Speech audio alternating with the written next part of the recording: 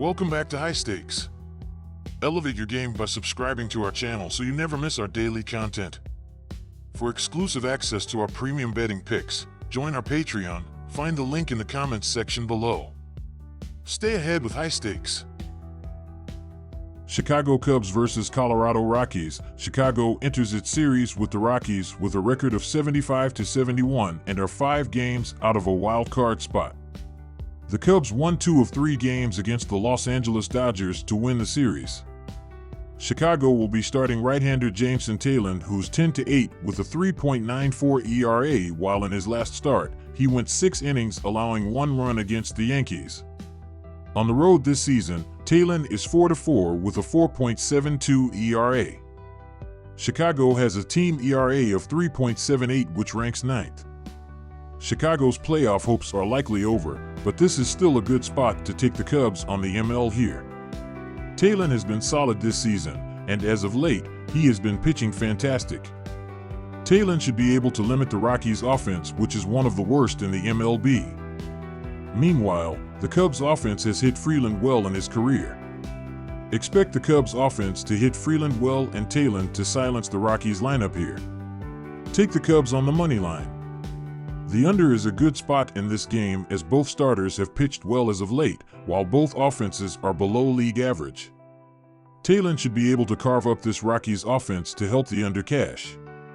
This season, the Cubs are 72-68-6 in hitting the under, while Colorado is 73-70-4 and at home is 35-31-1. Look for those trends to continue here. Take the under. Milwaukee Brewers vs. Arizona Diamondbacks. This season the Brewers have been known for their pitching, and as a result it has kept them at the top of their division. This season Milwaukee ranks 3rd overall in ERA at 3.59. This has greatly helped them, especially as of late due to their struggles at the plate.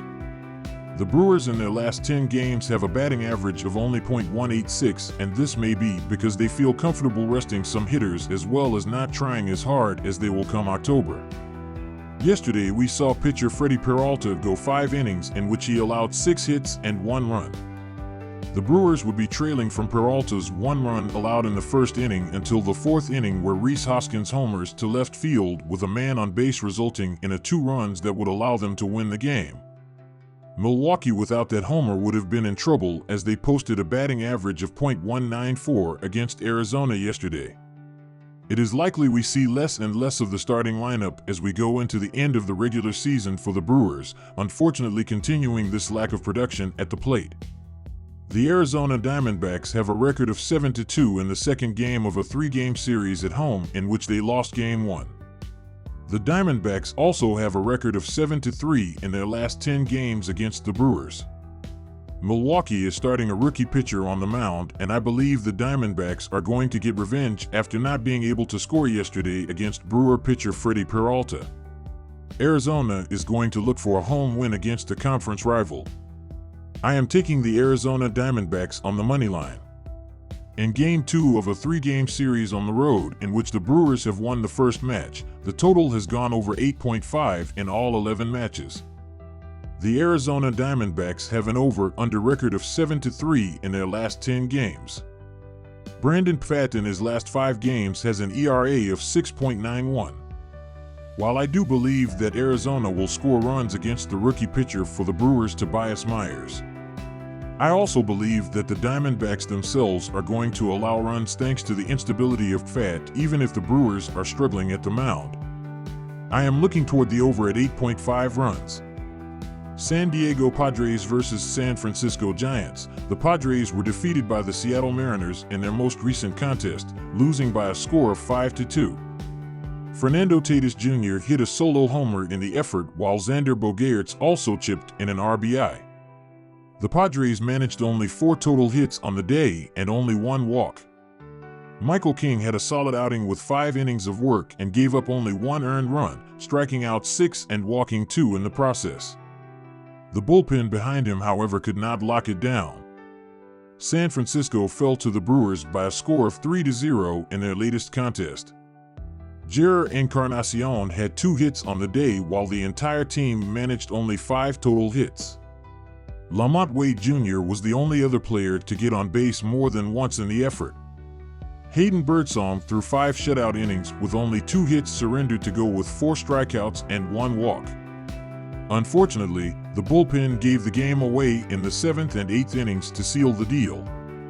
I trust Musgrove more than I do Black in this situation.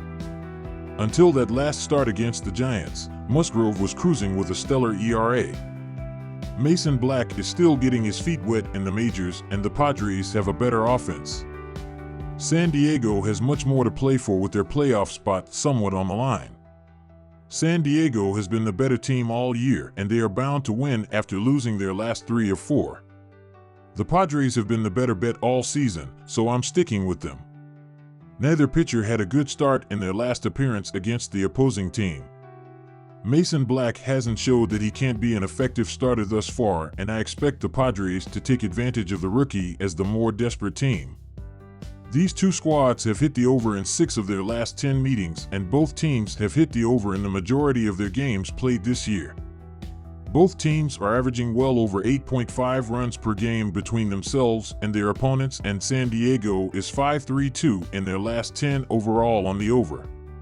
Houston Astros versus Los Angeles Angels. On the season, Houston ranks 5th in the majors in team ERA and 12th in runs scored. Alvarez, .31033 HR 82 RBI, ranks 5th in baseball and batting average, leads the Astros in HR and RBI, and did not have an RBI in 4 games before 2 in the last game. Altuve, .30219 HR 63 RBI, leads the club in at-bats and has a HR and 6 RBI over the last 6 games. Bregman, .25823 HR 67 RBI, has gone yard twice in the last 5 games and has 6 RBI over the last 6 games. While Houston is 16 games over .500 at home, they are only 1 game over .500, 37-36, on the road. The Angels only rank 26th in the majors in team ERA, and in their 3-game losing streak, they have given up a total of 21 runs. In the 5-3 loss in Game 1 of this series, they only had 3 hits, and Nolan Shanuel, Zach Neto, and Mickey Moniak each had an RBI. On the season, the Halos only rank 27th in runs scored.